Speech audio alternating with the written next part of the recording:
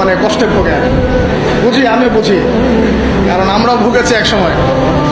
হ্যাঁ, 8-10টা বিয়ের প্রস্তাব দিয়েছি, মানুষ গ্রহণ করে নাই।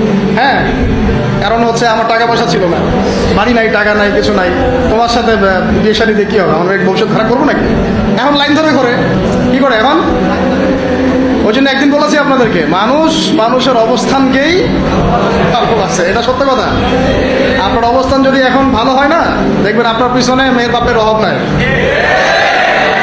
আর আপনার তো এখন চাকরি বাকরি নাই, জমি জমা নাই, হ্যাঁ, আপনার টাকা পয়সা কম, আপনি দৌড়ান মানুষের পিছনে, আপনাকে পাত্তা দিবে না। দুনিয়া খুব খারাপ। এই জন্য ভাই দুনিয়ার দাস হবেন না, আল্লাহর দাস হয়ে জানি। দুনিয়ার পিছনে ছোটেন না, আল্লাহ আপনাকে দুনিয়া পায়ের সামনে এনে দিবে ইনশাআল্লাহ।